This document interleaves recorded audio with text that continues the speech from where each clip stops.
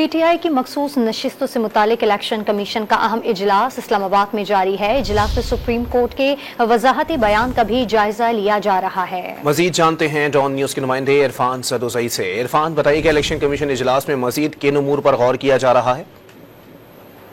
जी, election commission में इस वक्त एक इंतहाई अहम इजलास जारी है। चीफ इलेक्शन कमिश्नर ने अपना जो लिया का दौरा है वो भी मनसूख किया है और ये दौरा इसी तनाजुर में मनसूख हुआ है कि सुप्रीम कोर्ट के जो 8 जजेस हैं उन्होंने अपना वजाती बयान परसों जारी किया, जिसमें ये कहा कि इलेक्शन कमीशन जो 25 जुलाई को दरख्वास्त लेके सुप्रीम कोर्ट आया, जिसमें उन्होंने ये कहा कि जो तहरीक इंसाफ की जो आज़ाद उम्मीदवार हैं, ये जो इलेक्शन लड़के आए हैं, इनको नोटिफाई करने के हवाले से इबहम है और इलेक्शन रूल्स कुछ और कह रहे हैं। तो इस हवाले से जो वजाती बयान 8 जजेस ने जारी किया उसमें ये कहा कि इलेक्शन कमीशन ने इसमें डिलेइंग टैक्टिक्स इस्तेमाल की और इलेक्शन कमीशन को फौरी तौर पे इसको नोटिफाई कर देना चाहिए था। तो इनकी मखसूस नशिस्तें बनती हैं जिस भी रेशो में चारों सूबों में और इसके अलावा विफाक में, वो इनको दे देनी चाहिए।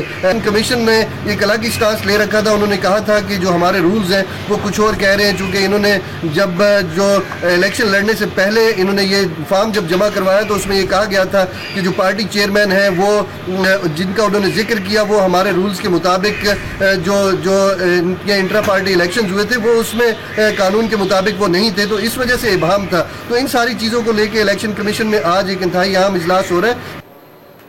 बहुत शुक्रिया इरफान।